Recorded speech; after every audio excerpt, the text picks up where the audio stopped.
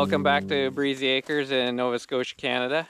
Today we're going to be talking about how these guys get fed and the little square bale feeders I made them.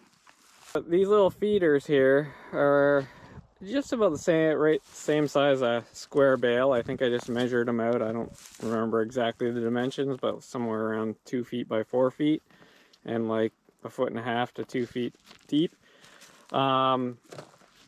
Pretty simple boxes. I just made them out of rough lumber that I got from one of the local mills, and it's got 4 legs going down, and then there's a little cross member for the feet down there.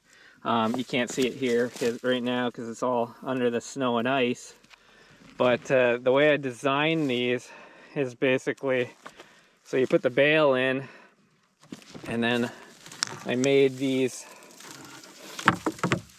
mesh kind of slow feeders. So this mesh was actually from one of our old round bale slow feeders, and if anybody's ever put those on, they're a pain in the butt.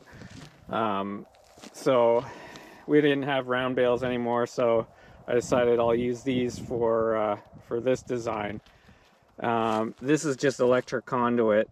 I think it's what is it, 1/2 inch conduit, and I just glued it all together, measured it out. I actually measured this one a little bit too short, but when you make this, make sure you put a little ledge here of 2x4 all the way around so that you have something to set this on. And then I kind of just weaved the conduit through the mesh and left enough slack that they could reach anywhere in the feeder.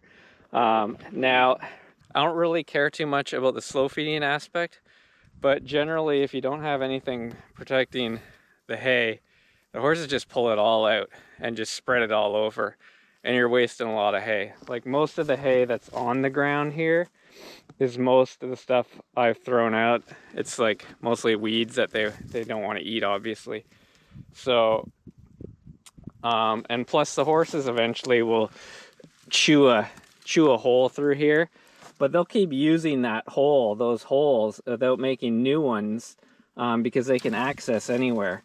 So it keeps most of the hay in the feeder, and I think you waste a lot less hay that way. So it's a pretty easy design. So you put the mesh on there, and then I used just some rubber tie downs and some eye bolts on the sides. One thing you want to do, don't put them too close to the edges, because the horses will move this thing around and it will pop out otherwise. But it's a pretty simple design. We've been using it for probably since we got here, pretty much 2.5 years, and it works great. So I highly recommend it. It probably, I think with the wood, I think I made them for under $250, so they weren't that bad a price compared to what you'd try to buy in the store. All right, we'll be talking.